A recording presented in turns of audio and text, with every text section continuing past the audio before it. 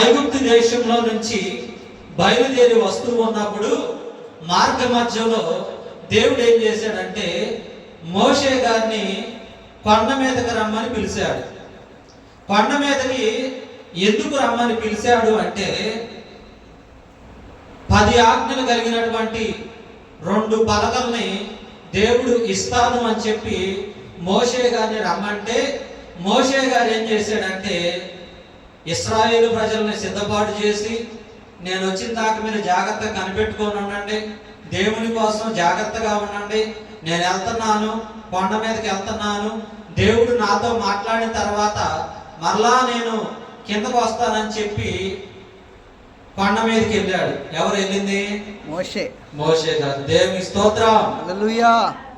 అయితే మోషే గారు ఏం చేశాడంటే అండి 40 రోజులు తినలేదు, తాగలేదు.